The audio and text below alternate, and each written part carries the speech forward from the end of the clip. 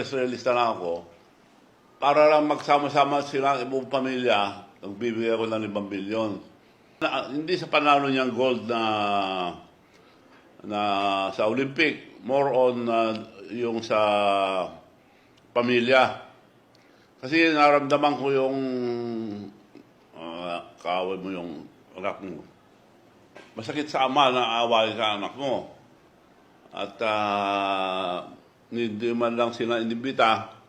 So ako, kung magsama-sama lang sila, magbibigay ko ng 5 milyon.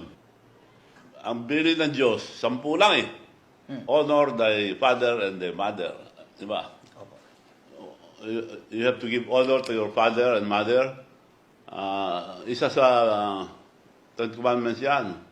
Kasi nagbabasa ako ng Biblia.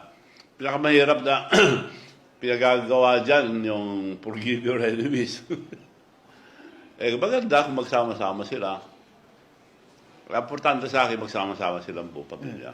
O sino man may kasalanan, mas maganda sana dahil wala ka naman dito sa mundo ito kundi sa nanay at tatay mo.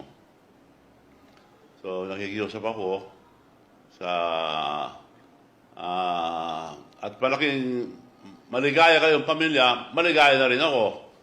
Kaya nagbibigay ako ng 5 milyon sa pamilya nyo kung mapatawad nyo isa't isa.